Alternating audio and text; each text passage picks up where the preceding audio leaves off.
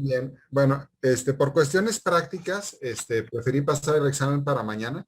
Y yo creo que a ustedes también les conviene, es un poco más de tiempo de estudio. Y hoy, como tenemos un poquito más de tiempo, quería aprovechar para empezar lo de cefaleas, porque es un tema demasiado importante y pues el tiempo se nos está acabando. Creo que tenemos hasta el día 18, ¿verdad? Sí, Doc. Sí. Entonces es el lunes que viene, entonces ya tenemos pocos días y tenemos que acabar cefaleas, ¿no? Entonces, mañana será el examen, esa será nuestra única actividad mañana, ¿no? A las 8:45. Es un examen de 30, 40 preguntas, de opción múltiple y pues se contestará en automático, ¿no? De lo que hemos visto, ¿no? No incluye lo de cefaleas, ¿no? Entonces, si no tiene inconveniente, compartimos pantalla. Ay, se me olvidó activar la opción voy. No te preocupes. Listo. Muy bien. ¿Cómo van con el estudio? ¿Bien? Sí, Doc, creo que sí. Sí, Sí, doctor. ¿Ya están listos? ¿Verdad? casi. Tenemos un invitado en la clase. Casi listos. Casi, podría ser mejor. Bueno, esperemos que sí. La idea, les digo, del examen es pues que estudien, no más que evaluarlos, pero pues es parte de... ¿Alcanzan a ver la pantalla? Sí, Doc. Sí, doctor. Dejen regresarme porque el tema empieza acá. Pues bueno, si se fijan, les pongo, sí ven esto, ¿verdad? Sí ven la pantalla. Sí. Sí. Sí se ve. Entonces, si se fijan, el tema dice cefalalgia, ¿no? Entonces, desde ahí hay que empezar con los términos. Cefalea es como todo el mundo lo usa, ¿no? Tiene cefalea, pero cefalea quiere decir cabeza, ¿no? Y yo puedo decir dolor cefálico o puedo decir cefalalgia, que sería dolor de cabeza por el término algia, ¿no? Entonces lo correcto sería decir cefalalgia, pero mucha gente usa cefalea, ¿no? Cefaleas de Horton, cefalea tipo migraña, ¿no? Y pues también se vale, nada más que ustedes pues estén enterados, ¿no? O sea, lo correcto sería decir cefalalgia. Realmente no tiene mucha importancia si lo manejan de una forma u otra. ¿Sí? Y bueno, como problema médico, ¿no? El dolor de cabeza es algo que van a ver ustedes cotidianamente, ¿no? Es una causa de consulta, yo creo, de diario, ¿no? O sea, y más en medicina general, pero no hay especialidad que se salve del dolor de cabeza, ni siquiera otorrino, ni oftalmo, quizás si ustedes ven dermatología, pues quizás sí no vean dolores de cabeza, ¿no? Pero fuera de eso es algo demasiado frecuente y nos toca, analizarlo bien. No, no es un tema de especialidad, sino es un tema de medicina general. Algunas cosas de las que están viendo, pues sí son de que ustedes las conozcan, ¿no? Por ejemplo, trauma de cráneo, pues la mayoría de las veces sí necesita una valoración especializada, ¿no? Esclerosis múltiple o de las demencias, ¿no? Todo es importante conocerlo, pero muchas veces requieren un apoyo, ¿no? Pero este tema es como una lumbalgia, la hipertensión o la diabetes es del manejo cotidiano y de diario y por lo tanto lo vamos a ver bien, ¿no? O sea, lo vamos a describir bien y ustedes van a tener un buen conocimiento hasta poderlo tratar, ¿no? Al último les va a quedar la tarea que me la pueden entregar después del 18 en el curso de esa semana, de que ustedes hagan la historia clínica de un paciente con migraña o con cefalea de cualquier tipo que ustedes quieran en su familia o amistades. Seguro hay alguien, entonces encuentren a alguien y hagan la historia clínica y me la mandan con todo lo que implica, ¿no? La exploración neurológica, etcétera, ¿no? Ese va a ser otra parte de la calificación, pero va a ser al último, ¿no? Ya que hayamos visto cefaleas.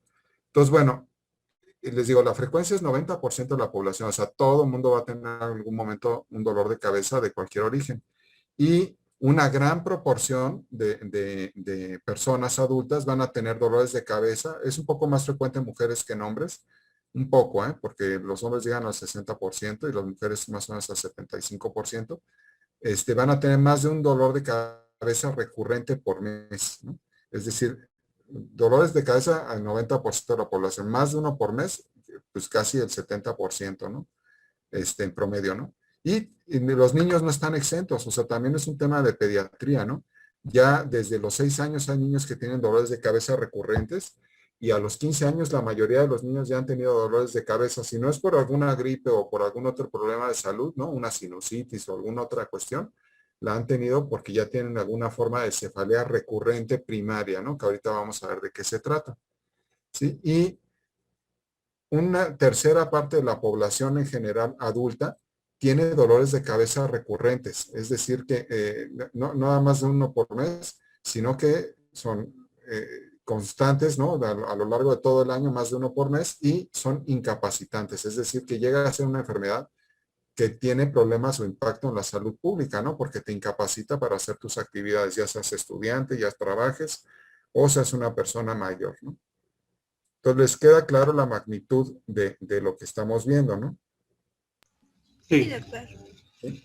Es muy dado que todo el mundo habla de que el problema, llega alguien y dice, no, no, tengo este dolor de cabeza, y le dice, pues estás tenso, ¿no? Y es una cefalea tensional y pues la tensional no tiene nada que ver con tensión nerviosa, ¿no? Entonces, desde ahí hay otro problema. O muchos les dicen, no, tiene migraña, y pues no son migrañas, es otro tipo de dolor de cabeza, ¿no? Entonces, eh, el, el, eh, en general, en las consultas es hasta 25% de todas las consultas que ustedes van a tener como médico general, y en los hospitales con tendencia o perfil neurológico, ¿no? Pues hasta más, ¿no? De consulta, ¿no? En México, pues hay muy pocos, ¿no? Será la consulta externa del Hospital General y el Instituto de Neurología, donde se ve básicamente pacientes con neurológicos, ¿no? Y ahí muchos van por dolor de cabeza. Pero en general, en todos los servicios de consulta externa, donde exista neurología o no, llega a ser una cuarta parte de la consulta, ¿no? Y consultas ambulatorias, ¿no? Y la gran problemática que tiene, ¿no? Es que la mayoría no se han diagnosticado en forma adecuada, es decir, que pues la mayoría de las veces los pacientes van por dolor de cabeza, se les atiende el problema, pero vuelven a regresar con el mismo problema porque no tienen un diagnóstico, ¿no? O el diagnóstico no es el correcto y no se ha implementado un tratamiento correcto para prevenir dolor, ¿no? Entonces, el campo está abierto, ¿no? Porque si yo tengo un gran volumen de consulta de este problema y la mayoría no se ha diagnosticado bien, pues es un campo de trabajo, ¿no? Porque si ustedes lo manejan bien y le dan la importancia que tiene, ¿no? Aunque sea una cefalea benigna, pues es importante, ¿no? O sea, a mí no me gusta tener una migraña cada mes, ¿no? Si encuentro un médico que me lo quite, que me lo prevenga, pues voy a tener mucho apego al médico, ¿no? Entonces, para ustedes es una gran posibilidad de tener pacientes. Recuerden que de esto van a vivir, ¿no?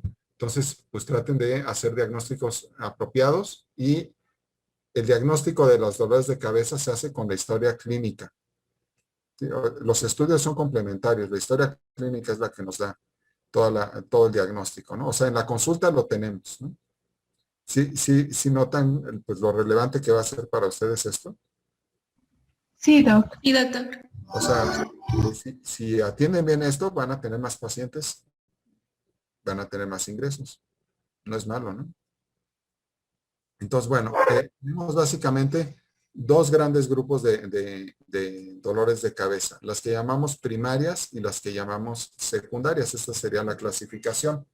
Entonces, dentro de las primarias son varios tipos, que son las que más vamos a desarrollar aquí, y son las que tienen origen propiamente intrínseco a nivel craneal, son muy de nuestra especie, es decir, no hay dónde replicarlas en otros modelos animales, ¿no? No hay chimpancés, simios, primates, cerdos, que les podamos estudiar dolores de cabeza. Es un padecimiento muy humano, sobre todo en este tipo, las primarias, ¿no? Y su origen es idiopático, es decir, en realidad hay teorías de cómo se inicia y todo, pero no tenemos un conocimiento claro del origen, ¿no?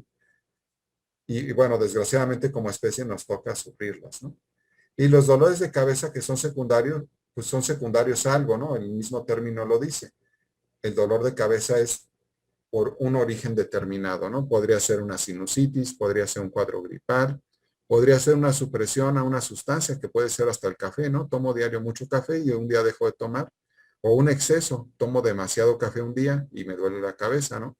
Eso podría ser una cefalea secundaria. No se diga otras causas, ¿no? Tumores, hidrocefalia, hemorragia subaracnoidea, etcétera, ¿no? ¿Sí les queda claro las diferencias entre primarias y secundarias? Sí, Doc, sí queda claro. Sí, sí queda claro. Esa es la clasificación más básica, ¿no? De aquí, bueno, obviamente, pues como todo en medicina, y sobre todo temas tan importantes, hay sociedades y todo que se dedican a hacer clasificaciones internacionales, ¿no? Y que son a las que nos apegamos, ¿no? Entonces, por definición, una cefalea primaria, ¿no? O sea, dentro de estas, las secundarias no tienen mucho problema en saber qué son, ¿no? Las primarias, ¿no? Deben, pues, cumplen más o menos estos requisitos, ¿no? Son dolores de cabeza con duraciones variables, ¿no? Y que se van a estar repitiendo con características semejantes en el curso del tiempo, ¿no? Habitualmente son recurrentes, ¿no? Y no hay otros síntomas de enfermedad, ¿no? Entonces, cuando cumplimos todo esto, ¿no? Que son de duración variable, más o menos recurrentes y semejante entre una crisis y otra, pues la mayoría de las veces son casos de dolor de cabeza primario. Donde tenemos un problema es cuando es el primer evento, ¿no? Porque no tenemos el criterio de recurrente, ¿no? Y en el segundo inciso, la característica de un evento de dolor, ¿no? Es que son más o menos uniformes en sus características al dolor anterior, ¿no? O sea, cumplen criterios de semejanza un evento de dolor con el otro. Por ejemplo, una migraña, me da hoy un evento de migraña y hace una semana tuve uno muy parecido, ¿no? Entonces, los eventos de dolor que son recurrentes son más o menos uniforme en su presentación clínica. ¿No los estoy confundiendo en esto? No, doctor. O sea, queda claro que pues, un dolor de cabeza primario generalmente se parecen mucho, ¿no? Puede variar un poco de un lado al otro y todo, pero más o menos se parece, ¿no? Y el tercer criterio es que no exista alguna circunstancia o alguna enfermedad que lo pueda explicar, ¿no? Es decir, que no encuentre yo, por ejemplo, una migraña con dolor ocular, pero que tiene una malformación arteriovenosa, ¿no? Entonces, pues yo ya si encuentro una malformación arteriovenosa en la región frontal y de la órbita, pues ya empiezo a pensar que no es primaria, ya es secundaria, ¿no? Hay algo como que lo explica, ¿no? Entonces, tengo que descartar otras causas, ¿no?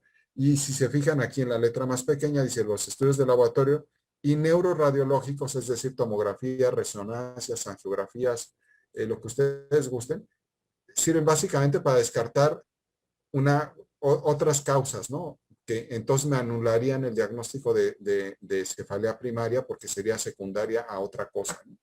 Entonces, generalmente yo sí hago estudios, los tengo que hacer porque es indispensable, pero el diagnóstico es clínico, ¿no? Y ya una vez que hago el diagnóstico clínico, pido los estudios con mi sospecha de cefalea primaria, con la idea de que me quede yo con ese diagnóstico y entonces le digo al paciente, bueno, le voy a hacer una resonancia, una tomografía, porque estoy obligado a hacerlo, y es criterio diagnóstico que el estudio salga normal, ¿no?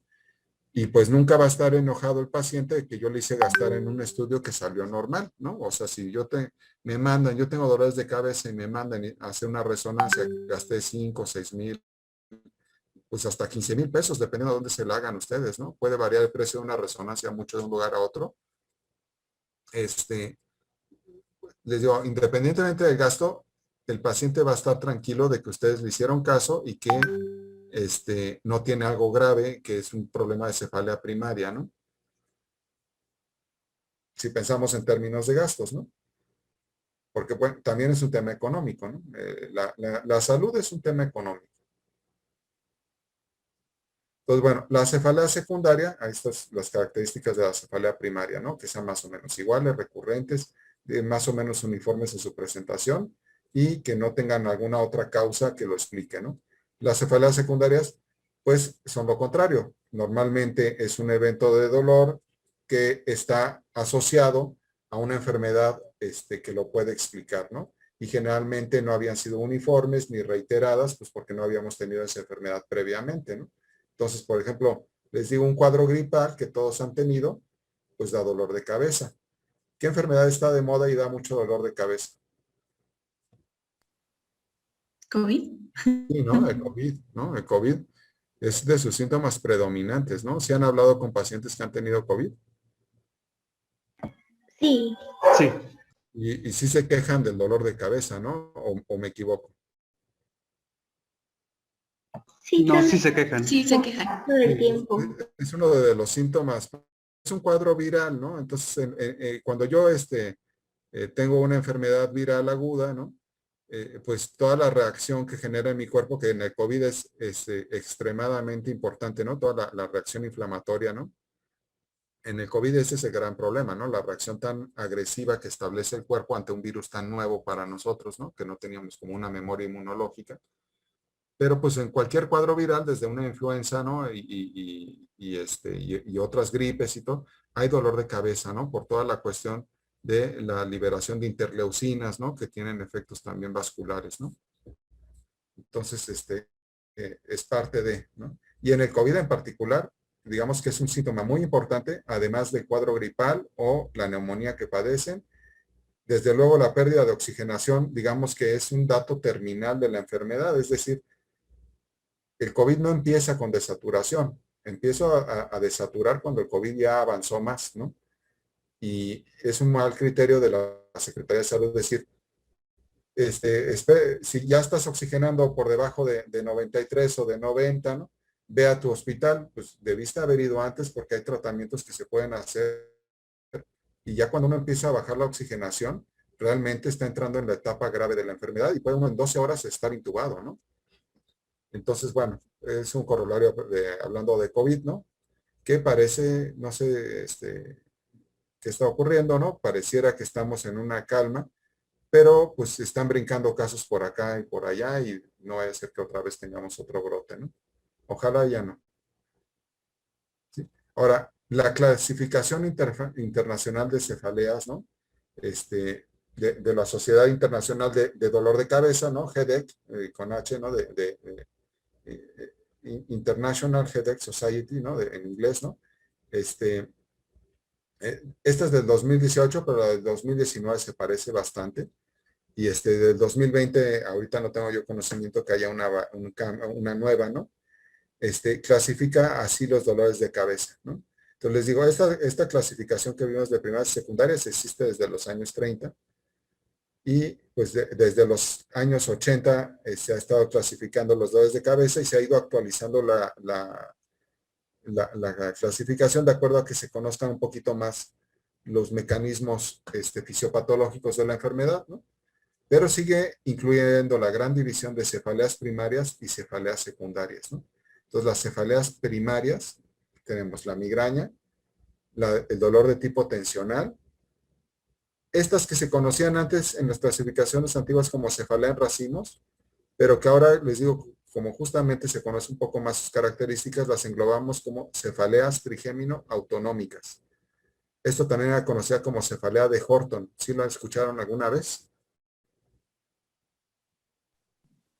No, doctor, la verdad que No, no. esa no. Se conocían así histamínicas de Horton, ¿no? Son raras, pero las van a ver.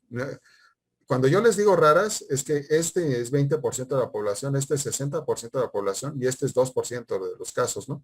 O sea, no es tan raro, ¿no? Raro, una enfermedad rara sería 0.5% de la población, ¿no? Digo, 0.005%, ¿no? Si hablamos de una enfermedad que ya es 2% de la población, no es raro, ¿no? Es algo que sí vamos a ver. O sea, estamos hablando de 100 pacientes, 2 lo van a traer, ¿no?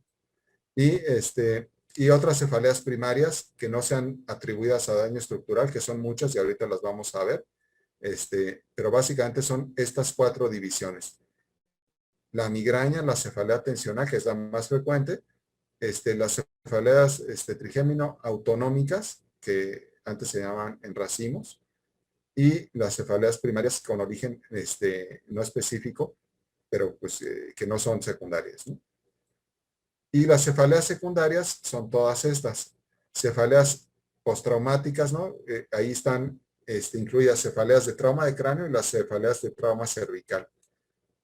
Que son muy obvias, ¿no? Pero no tanto, ¿no? O sea, cuando hablamos de cefalea postraumática, como que sí queda muy claro que si yo me golpeo hoy la cabeza y me sale un chichón, que es un hematoma subgaleal, pues evidentemente tengo dolor de cabeza por eso, ¿no?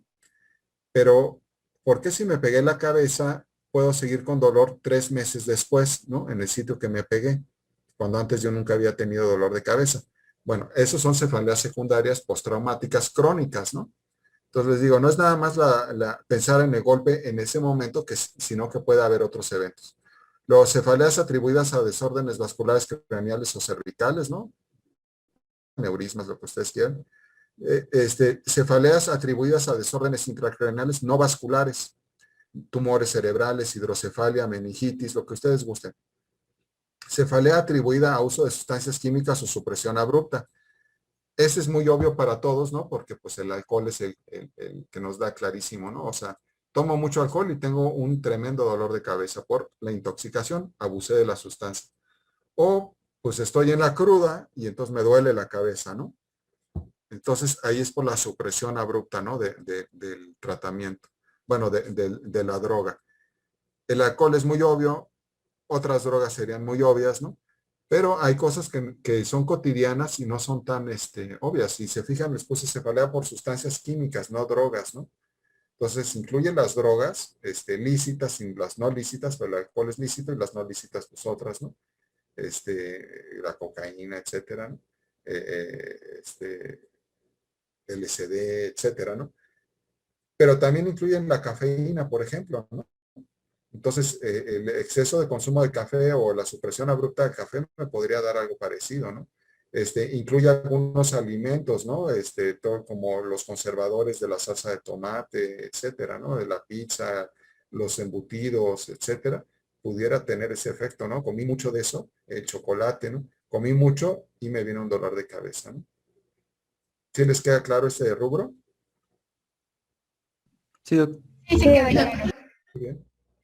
Hay cefalea atribuida a infecciones, pero no intracraneales. Ahí entra el COVID, entran las infecciones intestinales, ¿no? La salmonela, etcétera, ¿no? Luego está la cefalea atribuida a desórdenes de hemostasia, ¿no? Insuficiencia renal, problema de diabetes, deshidratación, etcétera. Ahí están incluidas, ¿no? Cefaleas por dolor facial o atribuidos a afecciones de cráneo, cuello, ojos, oídos, nariz, senos paranasales, dentadura, boca. Son dolores irradiados, ¿no? Y me pueden dar un dolor, ya sea de origen cervical que se irradia al cráneo, o un dolor a nivel facial que se irradia al cráneo, ¿no? Y el ejemplo típico de esto sería una sinusitis, ¿no? Ahí entrarían las sinusitis. Cefaleas atribuidas a desórdenes psiquiátricos, ¿no? La depresión típicamente causa dolor de cabeza o exacerba los dolores de cabeza que ya teníamos, ¿no? Luego están las neuralgias craneales, como la neuralgia de trigémino, la neuralgia suboccipital, que es la de Arnold, la neuralgia del glosofaringio. Todas estas son dolores de cabeza que me pueden dar un cuadro neurálgico, ¿no? Y en el rubro 14 son las que de plano yo ya no puedo clasificar, ¿no? No puedo yo, de acuerdo a mis criterios, incluirlas en ninguna de estas, pero son secundarias a algo, ¿no? ¿Sí les queda claro aquí esto? Sí, doctor. Sí. Sí, sí quedó claro, doctor. Sí, doc. Tenemos un dato de fondo. ¿Sí? ¿Todo esto está bien? Sí. Es Sí, importante doctor. la clasificación. Les digo, cuando estamos viendo dolores de cabeza, queremos clasificarlos, ¿no? Ustedes y yo. Entonces no basta con decir, ay, le duele la cabeza. No, tengo que tratar de meterlo en alguno de estos, ¿no? Al paciente, ¿no? Ahora, veamos la migraña, ¿no? Todavía no vamos a entrar propiamente en tema de cada uno, estamos en la introducción, ¿no? Entonces la migraña, y por eso vamos más o menos rápido, luego vamos a desarrollar cada una, ¿no? Sobre todo la migraña la vamos a hablar ampliamente, ¿no? Entonces, bueno, tenemos la migraña, que puede ser episódica, migraña crónica, y luego las complicaciones de la migraña, ¿no? Que pueden ser los infartos migrañosos, la migraña con aura prolongada, etcétera, ¿no? Dentro de las migrañas en general, ¿sí? Tenemos la migraña sin aura y con aura, que son las dos grandes divisiones de la migraña, ¿sí? Tengo, digamos, migraña yo lo voy a dividir con aura y sin aura. Sin aura es la más frecuente, es el 90% de los casos, y con aura estamos hablando de un 10% de los casos, pero otra vez les digo, que tenga aura o no, son problemas muy frecuentes. Si la migraña afecta a 20% de la población, ¿no? 20% de la población adulta en México, estamos hablando de unos, más o menos 15 millones, ¿no? de pacientes. Y de estos, el 90%, o sea, unos 13 millones, tienen la forma sin aura, y unos 2 millones tienen la forma con aura. Entonces, les digo, cuando les hablo de porcentajes, no hay que confundirse en la frecuencia. La enfermedad es demasiado frecuente, ¿no? En cualquier caso. Y bueno, dentro de las auras, ¿no? Yo tengo auras que son de tipo típico, ¿no? Que ya las vamos a hablar cuando veamos la migraña como tal. Y pueden ser con, y hay casos sin dolor de cabeza, ¿no? Es más raro, pero lo vamos a describir. Generalmente, pues para hacer el diagnóstico yo debo tener el dolor de cabeza, ¿no? Luego, hay migrañas que tienen una aura que ya no es típica, sino se caracteriza por síntomas que son de tronco cerebral, o sea, o tallo cerebral. Entonces, con aura de tronco se refiere a eso, que los síntomas son propiamente del tronco. ¿Qué se imaginan que incluye el aura en este caso?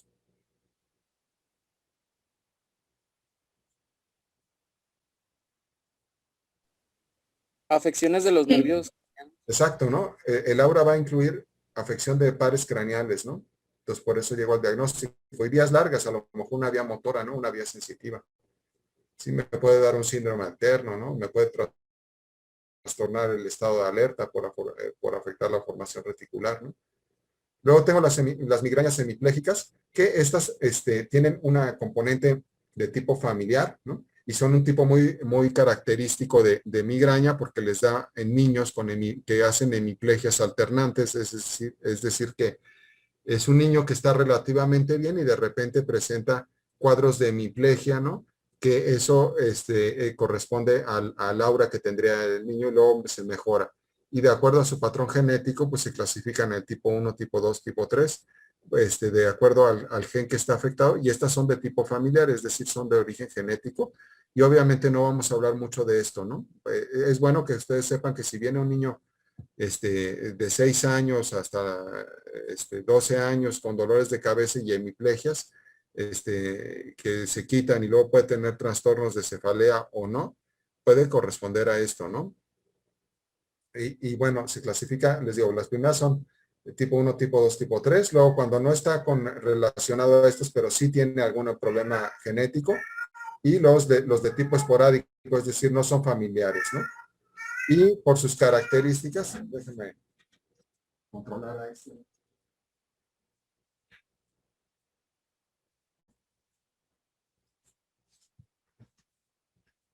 Por sus características, ¿no? Este, migraña que es de origen retinal, aquí el aura se caracteriza por ceguera, ¿sí? Entonces es un aura muy particular y de preocupación. Entonces por eso se pone en un tema aparte, aunque podría incluirse dentro de las migrañas con aura, ¿no? Entonces, le repito, las migrañas se clasifican básicamente en con aura y sin aura. Esta es la clasificación que ustedes deben saber. Pero recuerden que puede haber auras muy particulares que nos obligan a separarlas en las migrañas con aura de tronco, hemiplégicas o retinianas. Y ya pues, de acuerdo a su presentación, pues las migrañas crónicas que no son episodios, ¿no? Sino más bien son dolores constantes, o las migrañas con auras prolongadas, infartos migrañosos, etcétera, en los cuales ya tenemos alguna complicación propia de la migraña. Es decir, una migraña nos puede llevar a un problema hasta de infarto cerebral, ¿no? Extremadamente raro. ¿No los confundí en esta? No, Todo muy claro. bien. Sí, perfecto.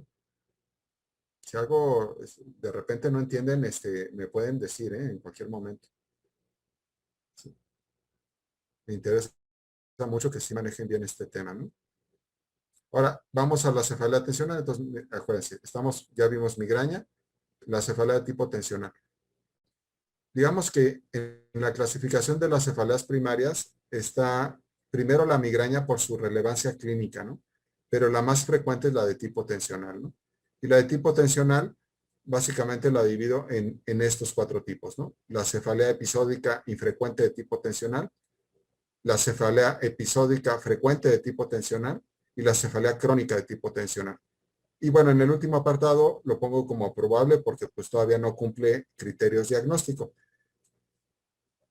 Cuando veamos cada tipo de cefalea primaria, hay criterios para decir cuándo sí es un dolor de cabeza de ese tipo o no. Entonces, yo me voy a pegar a esos criterios para tomar la decisión de clasificarlo, ¿no? Entonces, si se fijan, yo aquí puse cefalea y no cefalalgia, ¿no? Entonces, manéjenlo en forma indistinta, pero ya saben las características, ¿no? Entonces, este corresponde a la tensional. Este dolor de cabeza es el que todos hemos tenido, ¿no? Todos hemos tenido un dolor de cabeza tensional, pero no es tensión nerviosa, es por tensión muscular, que como cualquier evento de dolor, obedece a factores de tipo neuropsicológico, y sí es cierto que los eventos de estrés pudieran aumentar el dolor, ¿no? Pero no quiere decir que el dolor se origina por estrés, sino que existe una causa de contractura, dolor muscular, y como lo veremos, hay explicaciones fisiopatológicas. El nombre de tensional viene de tensión muscular, no de tensión nerviosa, ¿sí? Ya para que vayamos aclarando eso desde ahorita, ¿no? Y el punto es que es episódica infrecuente y episódica frecuente, ¿no? Se presta a cierta confusión, ¿no? De terminología. La episódica infrecuente, pues es la que les digo, todos hemos tenido, y la episódica frecuente es cuando ya se presenta en forma recurrente cada mes o cada semana, pero menos de 15 días por mes. Y la crónica, la cefalea de tipo crónica, es cuando es más de 15 días por mes, ¿no? Entonces, episódica frecuente, pues es recurrente menos de 15 días por mes, y la crónica más de 15 días por mes. Y la infrecuente, pues son eventos esporádicos que le dan a cualquiera y que no vuelven a repetir en mucho tiempo, ¿no? ¿Queda claro? Sí, Sí, doctor. sí, doc. ¿Sí? ¿Alguno de ustedes cree que ha tenido este dolor de cabeza, la infrecuente tensional? ¿Alguno no lo ha tenido? Yo casi no tengo dolores de cabeza. Pero Muy en tu raro. caso, ¿cuáles sí has tenido? El tensional, que normalmente es el que en algún momento pude haber tenido, pero es muy raro. Sí, o sea, sí, pero entonces caerías acá, ¿no? En la episódica infrecuente de tipo Sí, tensional, ¿no? Es cierto que hay gente, ¿no? Son los menos, ¿no? Y que tienen la suerte de no saber qué es un dolor de cabeza, ¿no? O que saben que es un dolor de cabeza, pero porque se enfermaron de gripe, sinusitis o algo así, y eso les dio el dolor de cabeza. Pero fuera de eso, no padecen cefaleas primarias, ¿no? Entonces, pues es una suerte, ¿no? No tener dolor de cabeza, ¿no? Es una, digo, qué bueno, ¿no?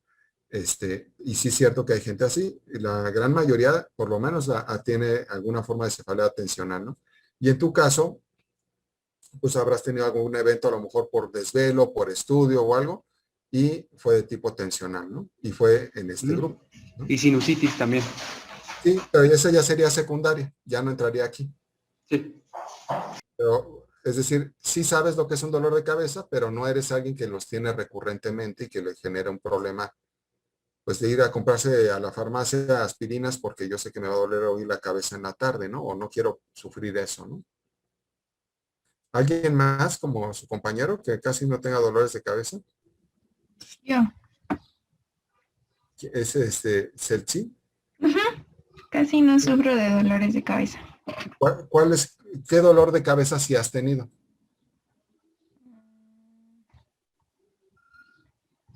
El último que recuerdes, ¿cómo fue? Ya tiene como un mes, pero solamente era punzante. Y solamente fue por la mañana. Y ya. ¿Y, y de la intensidad, qué intensidad le podrías dar? Del 1 al 10 yo creo que le daba un 2, O casi sea, fue 3. apenas una molestia, ¿no? Ajá, casi ¿Y nada. punzante en qué parte de la cabeza? En la parte frontal. De los dos lados. Ajá. ¿Se acompañó de otra cosa? ¿Tuviste gripe, alergia, algo? No, solamente amanecí así por la mañana. Sí, digo, ese tipo de dolor, ¿no? Así como tú lo describes, digo, nos costaría un poquito de trabajo ahorita clasificarlo, pero al ser punzante, ¿no? O pulsátil, ¿no? Uno entendería que tiene un componente inflamatorio vascular, ¿no? Y segundo, pues fue de muy baja intensidad, pero te dio por la mañana y solamente un día. Entonces a lo mejor fue congestión, resequedad, algún dato de sinusitis y te dolió ese día, ¿no? Ya mejorando tu postura y todo, pues ya no tuviste problema, ¿no? Pero Sí. digo, sí, sí, sí, llama la atención, ¿no? Igual fue una cefalea de tipo tensional. ¿Alguien más que no tenga dolores de cabeza? Hasta ahorita no, sí, no me han dicho que no tienen dolor, sí tienen, pero muy raro, ¿no? ¿Alguien que no sepa del grupo del doctor Argüelles? Doctor, pues yo tengo una duda, o sea, pues lo normal, bueno, no sé si lo normal, pero ¿es normal tener dolor de cabeza o no? Es algo No, común, pues ¿no? es común, tal cual, pero no es lo normal, ¿no? O sea, yo no debo funcionar con dolor de cabeza, ¿no? Y no Ah, bueno, debo sí, sí. pensar que voy a estar siempre con dolor de cabeza, ¿no? Pero sí son extremadamente comunes, ¿no? Sí. Ahorita se va a Sí. cortar la clase. Si se corta, descansamos 5 minutos y nos conectamos, ¿eh? Sí. ¿Alguien más que quiera comentar algo? Yo, doctor, yo casi no Ujú. tengo, pero como hace 2 años me acuerdo que me dolió la cabeza durante una semana y no se Durante me una quitaba. semana. ¿Y no recuerdas por qué? No era muy intenso, ¿No era muy intenso? no, pero me molestaba, o sea, ¿Y qué región era un era? dolor frontal, pero era casi toda la cabeza. Sí, ¿y no fue en relación a otra infección? ¿No tuviste algún problema viral, No, algún no, piquete de insecto, alguna cuestión de este tipo? ¿Alguna no, intoxicación? ¿No? Sí, en tu caso pensaríamos que habría que descartar una.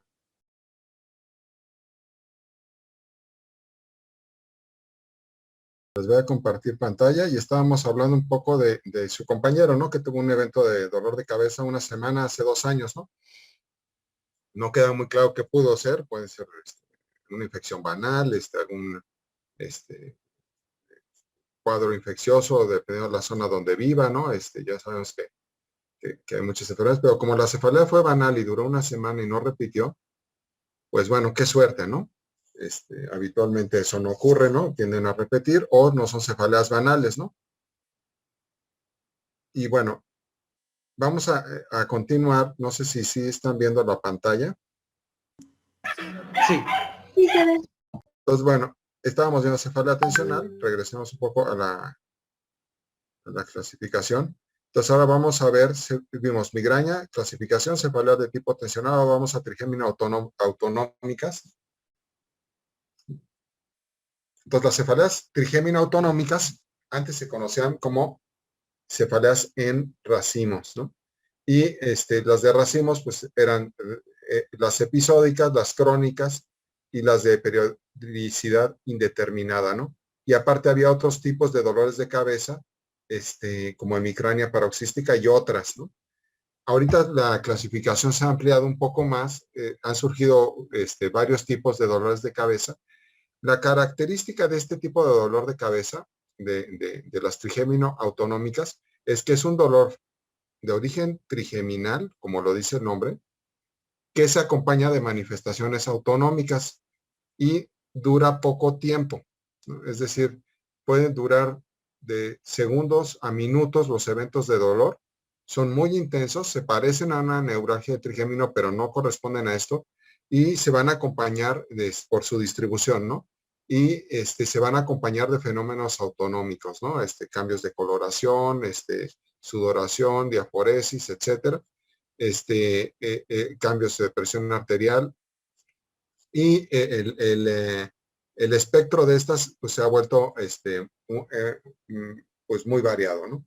Generalmente este tipo de dolor de cabeza es un poco más difícil de diagnosticar y se sobrepone a veces con la migraña. De repente uno lo puede confundir con la migraña, pero la migraña dura mucho más tiempo, ¿sí? Y la intensidad pues es un poco diferente, ¿no? Aquí tenemos Dentro de este espectro de los dolores de cabeza trigémino autonómicos, tenemos desde las que son de muy corta duración de tipo neurálgico, ¿no? Y básicamente se dividen en estos dos tipos, ¿no? Pasan por los tipos de hemicrania paroxística, la que les digo en racimos, que se llama clúster, ¿no? O ya de plano los que son muy frecuentes de ataques diario, que le decimos hemicrania continua, ¿no? Pero no duran tanto cada ataque, ¿no? Los que duran menos corresponden a esto, los que duran más ya corresponden a la hemicrania continua. Y aquí en medio se encontraría la que vamos a describir más, que es la cefalea en racimos, ¿no?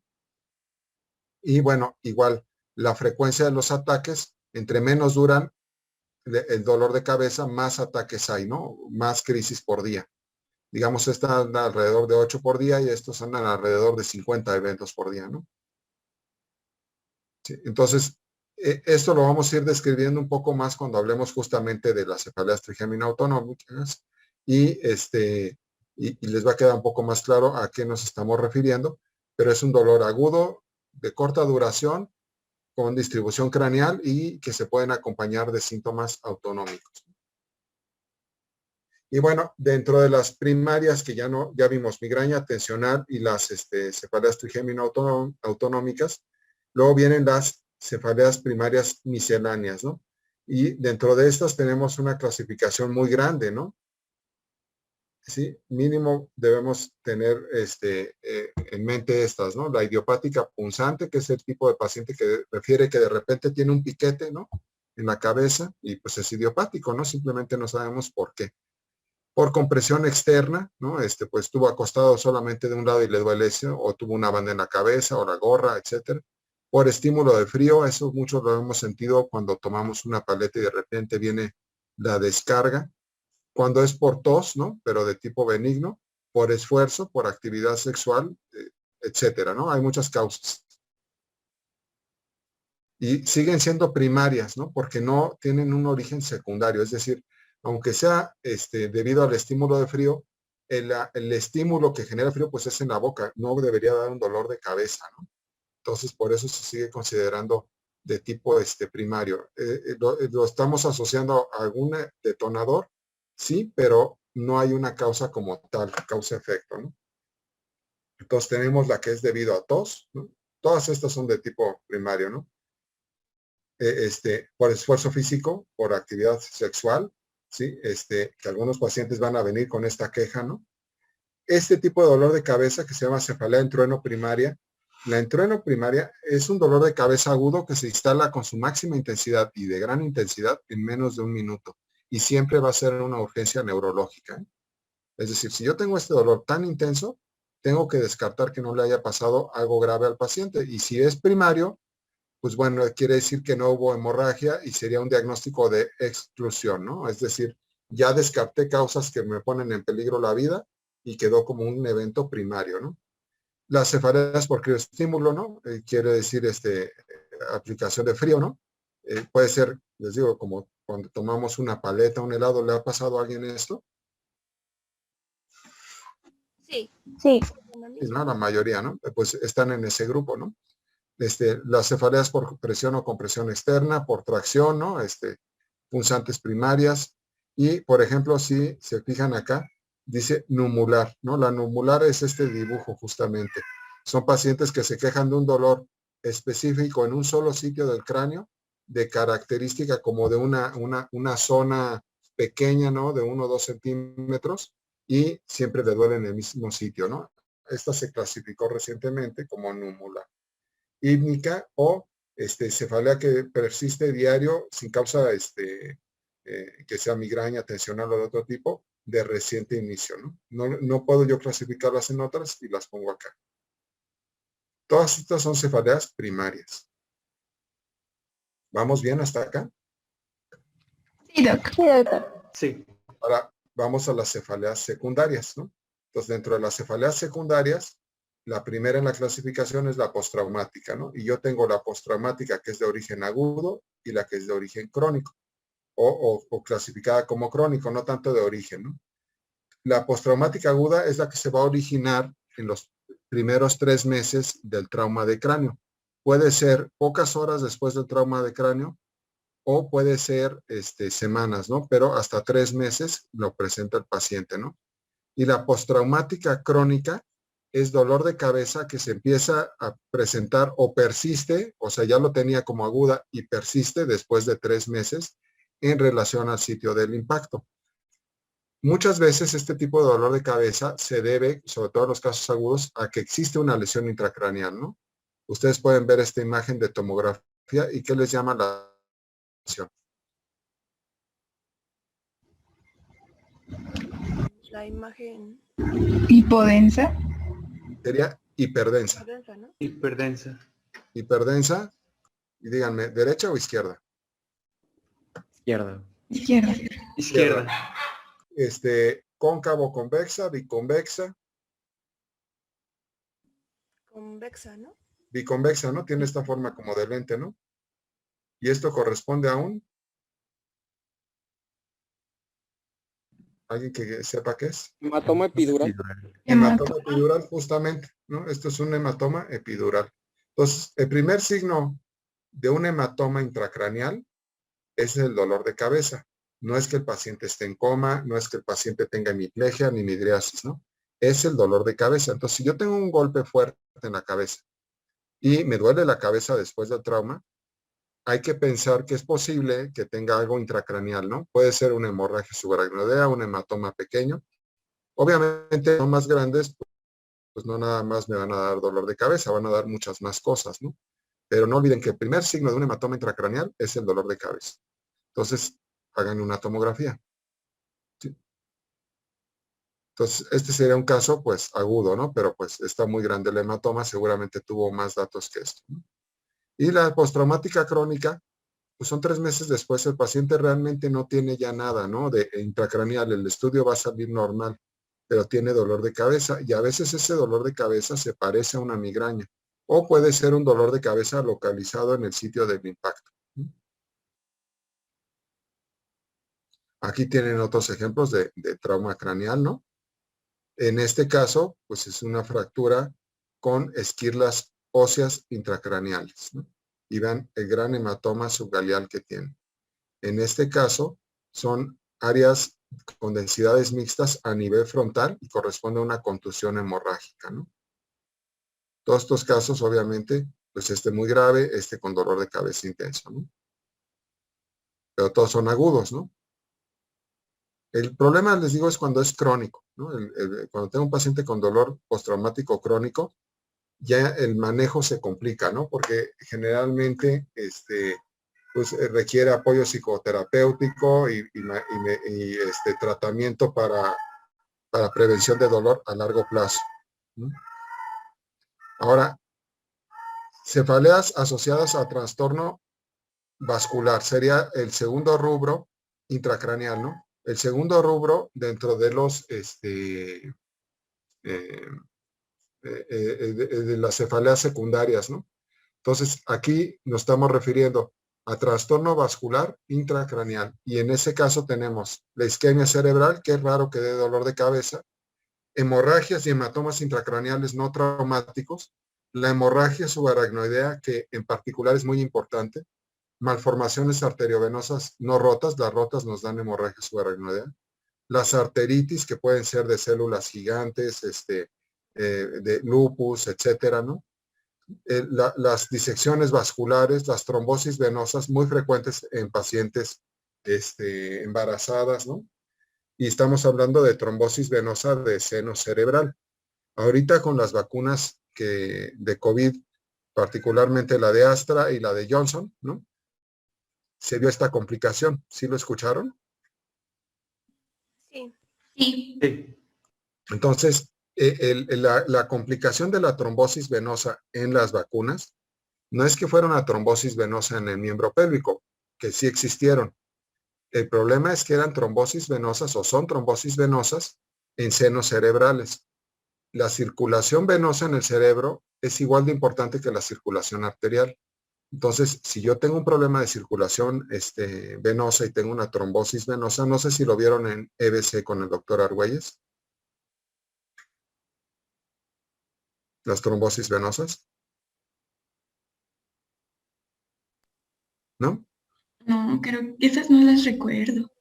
Sí, bueno, No, fue muy general. les hago la aclaración, cuando se trombosa una vena en el cerebro, hay infartos, pero de tipo venoso, y son bastante graves, ¿no? Y con esta cuestión del COVID, pues eran trombosis de los senos venosos, ¿no? Ya saben, los sagitales, el transverso, el sigmoideo, ¿sí? La vena de Galeno, el seno recto. Entonces es la circulación venosa. Si se trombosa una de estas venas, me genera un problema muy grave a nivel cerebral, les digo, de infarto, hipertensión intracraneal, y puede haber muerte. Entonces, por eso fue una complicación pues tenida en estos casos. Antes de las vacunas han sido muy frecuentes estas por deshidratación, golpes de calor, insolación, uso de pastillas anticonceptivas, tabaquismo, embarazo. Todo esto son causas de esto. También son causas de trombosis en otras partes del cuerpo, les digo, en las piernas, etcétera, que no dejan de ser graves porque nos pueden dar tromboembolia pulmonar. O sea, siempre va a ser grave una trombosis venosa. A nivel cerebral son particularmente graves. La que sucedía con la vacuna de Johnson y la de Astra, o sucede, pues son extremadamente raras, ¿no? Entran dentro de la casuística de cualquier vacuna como que pueda tener alguna complicación, y por eso no se dejó de usar la vacuna, o sea, no es algo que suceda frecuente. Y para su información, es algo que sucede entre los días 3 y 15 después de la primera dosis de la de Astra. La de Johnson es una sola dosis, entonces ahí no procede lo de la segunda dosis. No sé, y sucede más en mujeres jóvenes que están tomando anticonceptivos, etcétera, ¿no? Pero sucedió en cualquier edad y en cualquier sexo. Y son extremadamente raras, creo que 0,5% del riesgo de que yo tenga esto, ¿no? Por lo tanto, es mejor vacunarse, aunque exista este riesgo. Otra cosa que tiene estas, y les digo, nada más va a suceder entre el día 3, después de la primera dosis, y el 15, y no sucede en la segunda dosis. Y otra cosa es que estas trombosis habitualmente los anticoagulamos. En el caso de los pacientes de las vacunas de Astra y de Johnson, no hay que anticoagularlos con la forma habitual porque se ponen más graves, porque es un problema de unos anticuerpos, ¿no? Entonces hay que tenerlo muy en cuenta todos esos detalles. Son cosas nuevas, ¿no? Otros problemas que nos suceden o que nos pueden dar dolor de cabeza en relación a trastorno vascular, pues crisis de hipertensión, etcétera, ¿no? Aquí vemos en la foto, ¿sí? Una craniotomía, vean la dura madre abierta, estos son gasas para aislar bien el campo, estos como algodones, pues son eso, algodones, ¿no? Para aislar, y vean cómo brilla la aracnoides, ¿no? Cuando vemos así el cerebro, es que se ha abierto la dura madre, pero la aracnoides sigue intacta y el líquido cefalorraquídeo está circulando por abajo. ¿Sí ven? ¿Sí lo alcanzan a ver? Sí. Vean cómo aquí llega una vena muy dilatada y aquí algo que brilla por la luz, ¿no? de la foto, pero vean cómo se forma un ovillo de vasos. Esto es una malformación arteriovenosa. Y aquí, si aquí atrás no se ve así de clarito, esto que se ve rojo es la hemorragia subaracnoidea. Entonces, esto es una malformación arteriovenosa que sangró, ¿sí? Y entraría en este caso, ¿no? Aquí vean los senos, bueno, vean la circulación arterial. Esto es una angioresonancia. Entonces, la angioresonancia nos puede dar una secuencia vascular arterial y una secuencia vascular venosa. Y yo cuando pido el estudio si quiero una secuencia vascular, no lo hacen de rutina, ¿eh? Yo pido una resonancia magnética de cráneo y pues me la hacen tal cual, ¿no? Si la pido con medio de contraste, me la hacen con medio de contraste. Pero para ver esto que están viendo ustedes en su pantalla, tengo que pedir que le hagan secuencia angiográfica, ya sea angioresonancia arterial o angioresonancia en fase venosa. Y si quiero las dos, tengo que ponerle que hagan las dos porque son dos estudios adicionales, ¿no? Estas reconstrucciones las hace la computadora en base a todos los flujos que encuentra, ¿no? Pero tiene esta capacidad, ¿no? Esto antes nada más se lograba haciendo una angiografía directamente, inyectando medio de contraste por cateterismo.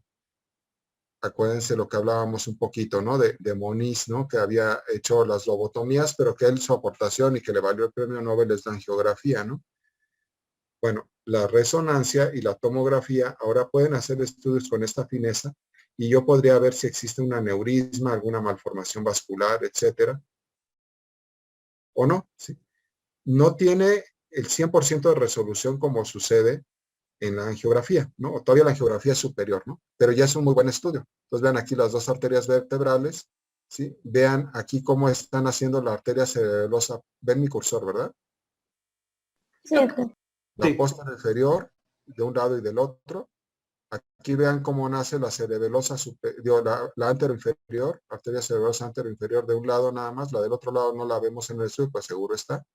Vean la cerebelosa superior, si la ven, y todo esto va al cerebelo.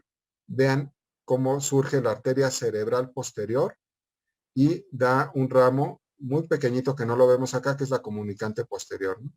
Luego vean la arteria carótida, ¿no? Cómo hace un sifón y luego se divide en la cerebral anterior y la cerebral media. Y aquí está la arteria comunicante anterior. Entonces, si yo veo el polígono de Willis, que es esto, ¿no? Es cerebral anterior de un lado, cerebral anterior del otro, la comunicante anterior. Un segmento de la carótida, la cerebral media realmente nace del polígono, pero no está en el polígono.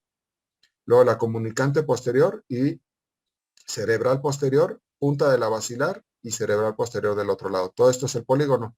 Punta de la basilar, cerebral posterior de un lado, cerebral posterior del otro, carótida, cerebral anterior y comunicante anterior. O en este caso, una secuencia venosa que me serviría para ver si hay trombosis de un seno venoso. Entonces vean las venas que afluyen al seno sagital y este es el seno sagital. La región frontal y la región occipital. ¿Sí? Luego aquí se va a unir, ¿no? En la tórcula con el seno recto que se une a su vez con la vena de Galeno, ¿no? Y esto ya nos va a formar el seno transverso, el seno sigmoideo y ya propiamente se ve la yugular. Si se viera negro en uno de estos sitios es que está trombosado.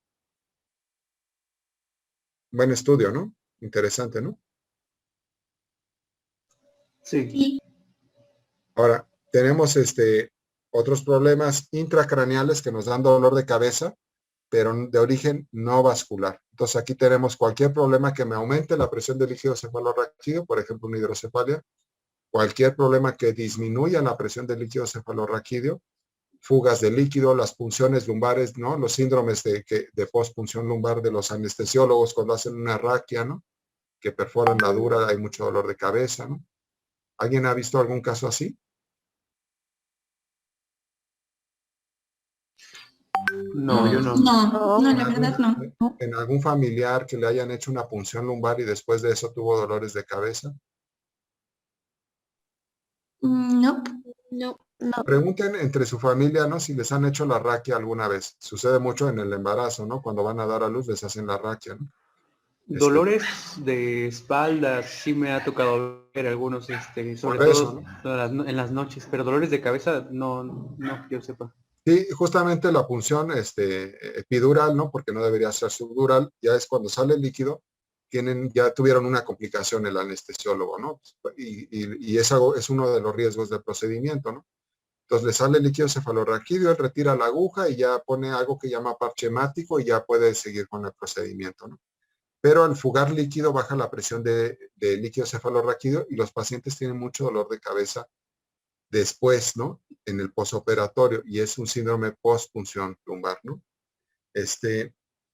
Y otra característica es que muchas pacientes y pacientes se quejan de dolor de espalda después de eso. Dicen es que después de que me hicieron la raquia, así lo menciona el paciente, pues se quejan de dolor, ¿no?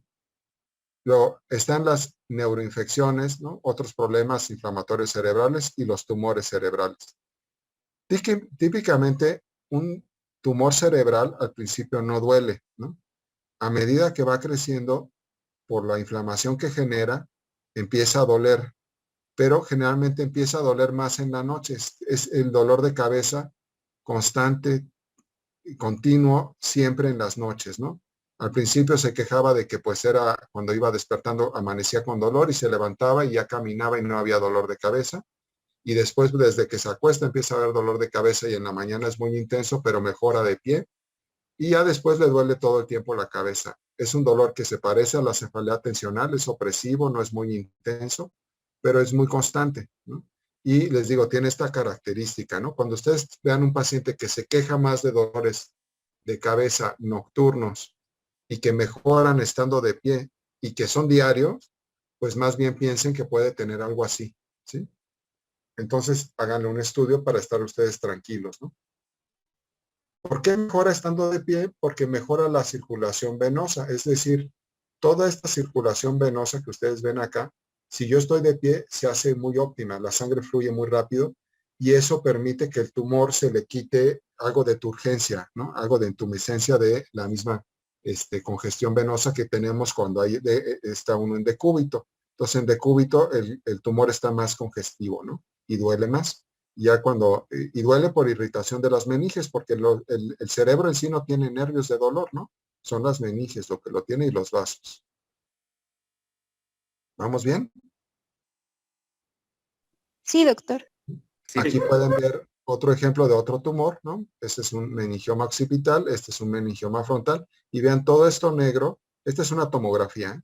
Y vean cómo la tomografía tiene contraste, y vean cómo el tumor se prende como un foco, ¿no? O sea, refuerza intensamente con el contraste y en forma homogénea, y está pegado a la dura madre de la convexidad, por eso sé que es un meningioma, y los meningiomas también causan edema, es esta área hipodensa, ¿no?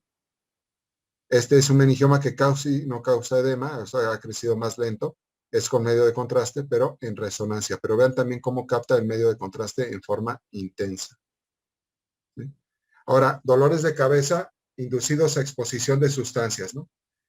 Puede ser porque yo la tomé en agudo o porque la tomo desde hace mucho tiempo, pero tomé un consumo excesivo, o porque suprimí en forma aguda el consumo, o porque suprimí un consumo de una forma de un uso crónico, ¿no? Entonces puede haber muchos mecanismos que me generen, o sea, muchas causas en relación a consumo de sustancias que me dé dolor de cabeza. Y puede ser cigarro, alcohol, todos los que han tomado y han llegado a la intoxicación etílica han tenido dolor de cabeza en la cruda, ¿no? En la etapa ya de pues la supresión del alcohol aguda, ¿no? Si yo soy un alcohólico crónico, es decir, consumo con mucha frecuencia hasta llegar a la embriaguez, ¿no? En forma que pierdo el control, en ese caso, la supresión del alcohol me da un síndrome de supresión, pero por el consumo crónico. Y además se va a acompañar de otros síntomas de supresión, ¿no? En el caso de la supresión aguda, es decir, hoy tuve una borrachera y mañana amanezco con dolor de cabeza, es un dolor de cabeza en donde duele toda la cabeza, de tipo opresivo, y se relaciona mucho a la calidad de la bebida, la cantidad de la bebida, pero también a la deshidratación que causa el alcohol, ¿no? Hay una gran pérdida de líquidos cuando yo estoy tomando alcohol. Entonces, la sugerencia para que, pues, por un lado sería que no estén tomando, ¿no? Pero si ya de plano van a tomar en una reunión, pues hidrátense todo el tiempo para no enfermarse. ¿Sí? Eso sería por la supresión. Pero el mismo consumo me puede llevar a tener dolor de cabeza, ¿no? O sea, tomo mucho, pues me duele la cabeza por eso, mientras estoy intoxicado. Lo mismo puede suceder con el café o con el cigarro, ¿no? El cigarro no tiene nada bueno, ¿no? Entonces, si yo nunca he fumado y consumo 2 o 3, a lo mejor me va a doler la cabeza, ¿no? Por el dióxido de carbono y todas las sustancias que tiene. Si yo soy un fumador recurrente, no me duele la cabeza, pero si ese día tuve un gran consumo, es decir, consumí grandes cantidades de alcohol,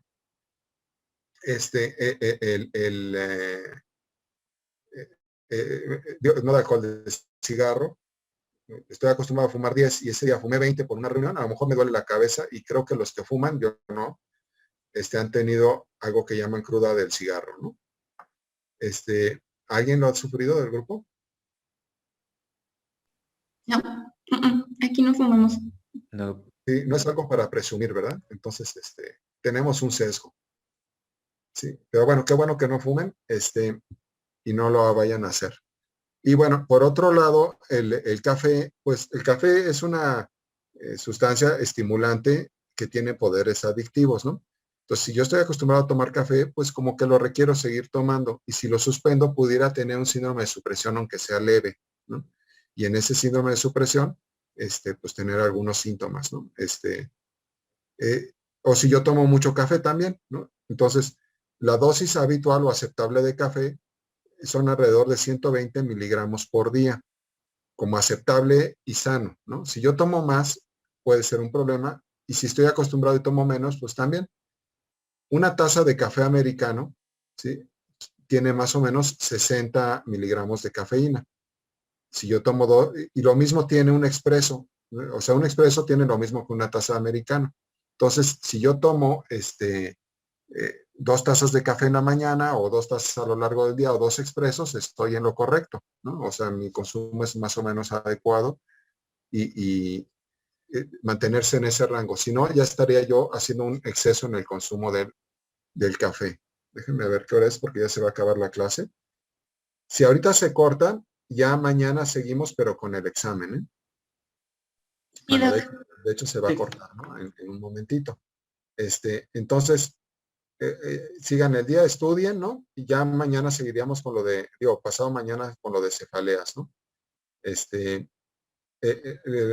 Las bebidas energéticas como el Red Bull y todas estas también tienen mucha cafeína. Una sola lata de Red Bull tiene más o menos 90 a 120 miligramos de café para que lo tomen en cuenta, ¿eh? Porque son también estimulantes y pues tienen otras cosas que pueden ser de riesgo, ¿no? Entonces, a esto me estoy refiriendo con las sustancias que yo abuso, ¿no?